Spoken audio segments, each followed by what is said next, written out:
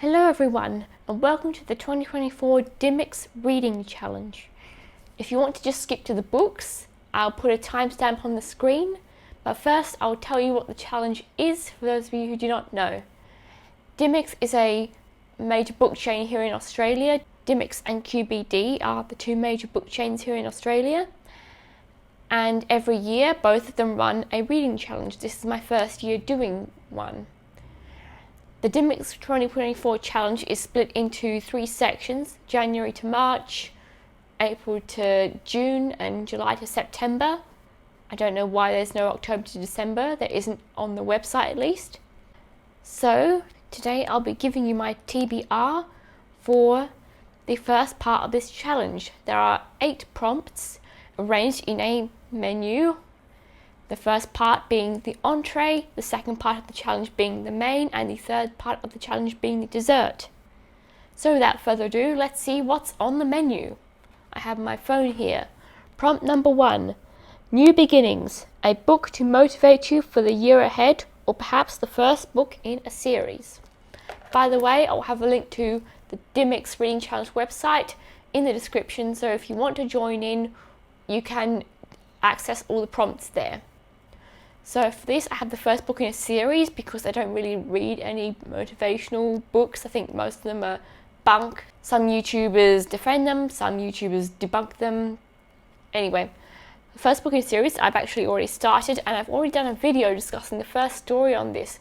But this is Arsène Lupin, Gentleman Burglar by Maurice Leblanc. And this is written in the early 20th century, where it started. And it's about a thief in France, and he's basically considered, according to the back of the book, the Sherlock Holmes of crime. And from what I've read so far, that's a pretty apt description. He pulls off all these elaborate heists, even when he shouldn't be able to. In one of the stories that I've read so far, he literally manages to steal a bunch of people's artwork while he is in prison, or supposed to be in prison. And this is the first book in the series. I got a box set of 10 Arsène Lupin books for like $50 on Amazon. I wanted to read these because I'm a huge fan of the video game Persona 5, and Arsène Lupin is depicted as the main character's persona in the game, and I've already seen some parallels between them. Prompt number 2, Stacks on the Beach, savour the warmest seasons with a sizzling summer read. I really didn't know what to pick for this one. I don't read a lot of those kind of contemporary books like the beach read and all those TikTok-y books that come to mind when you think of something like that. On the Dymocks website, it actually suggested another book that we'll get to later, but according to the back of that book, I couldn't find anything that indicated that it took place in summer.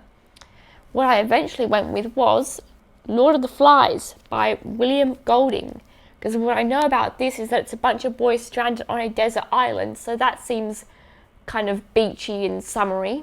But this is a classic book, a bunch of high school boys getting stranded on an island, and it's notoriously famous for how things seem to go downhill a bit. Prompt number 3, Aesthetic Appetizer. You don't judge a book by its cover, do you? For this one, I have this glorious edition of The 7 Husbands of Evelyn Hugo by Taylor Jenkins Reid. It's a very famous and very popular book, and Dymocks came out with this edition. It has gold sprayed edges.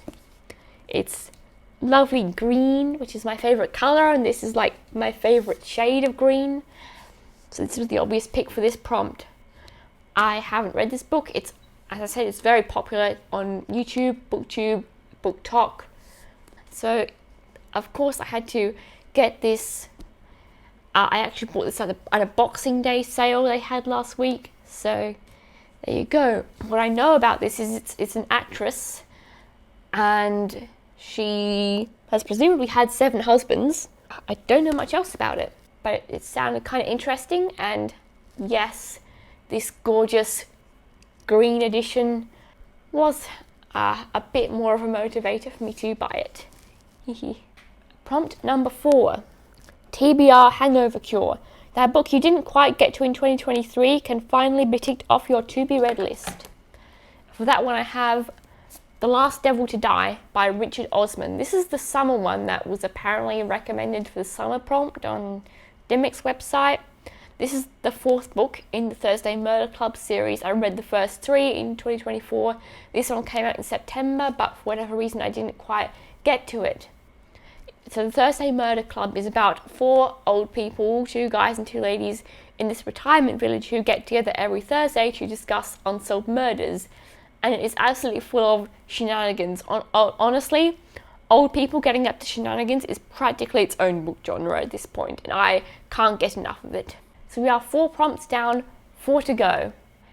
If you like what you've heard so far, if you're interested in what my thoughts on these books are, please like this video and subscribe to my channel so that you'll be in the loop for when I eventually review any and all of these books.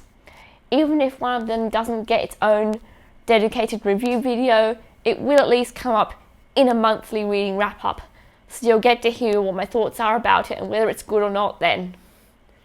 Now, with that out of the way, let's get back to the last 4 prompts on our Dymocks Reading Challenge Entree.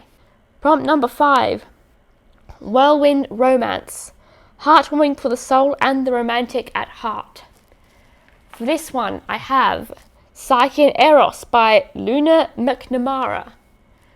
This is a telling of the Greek myth of Psyche and Eros, as you might have guessed. And I'm a big mythology fan, especially with Greek mythology, and I have a bunch of mythology books that I want to get to, so I'm killing 2 birds with 1 stone here. Eros is the Greek god of like sexual desire, sexual romance, lust, that sort of thing. And Psyche is a mortal woman whom he takes to be his wife, but she's not allowed to know who he is. And a bunch of things happen and Psyche has to go through a bunch of trials. So it's definitely a romance story. Prompt number 6, local flavour. Sample the local literary scene and celebrate our talented Australian authors. #ReadAustralian.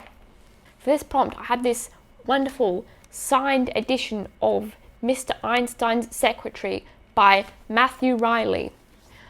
I got this when it came out last year, but I had to hold off reading it because I also bought it for someone for Christmas this year, and I see them pretty much every week, so I didn't want to like spoil their Christmas present or, you know, encourage them to buy the book for themselves when I'd already bought it for them. There is the signed title page. So yeah, I've been really excited to read it, but I've had to hold off until after Christmas. If any of you outside Australia would like to take up this challenge, I encourage you to also read an Australian author for this prompt, because Australian authors don't get as much love on BookTube as, you know, American and British authors and stuff do.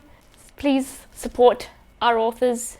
Number 7 is women's rights. Spend time enjoying a story written by a female author. And don't forget, International Women's Day is on 8th of March. This one was the easiest one to select a book from. I had the most books that would fit this prompt on my TBR. What I went with was Lessons in Chemistry by Bonnie Garmus. My sister bought me this one for Christmas.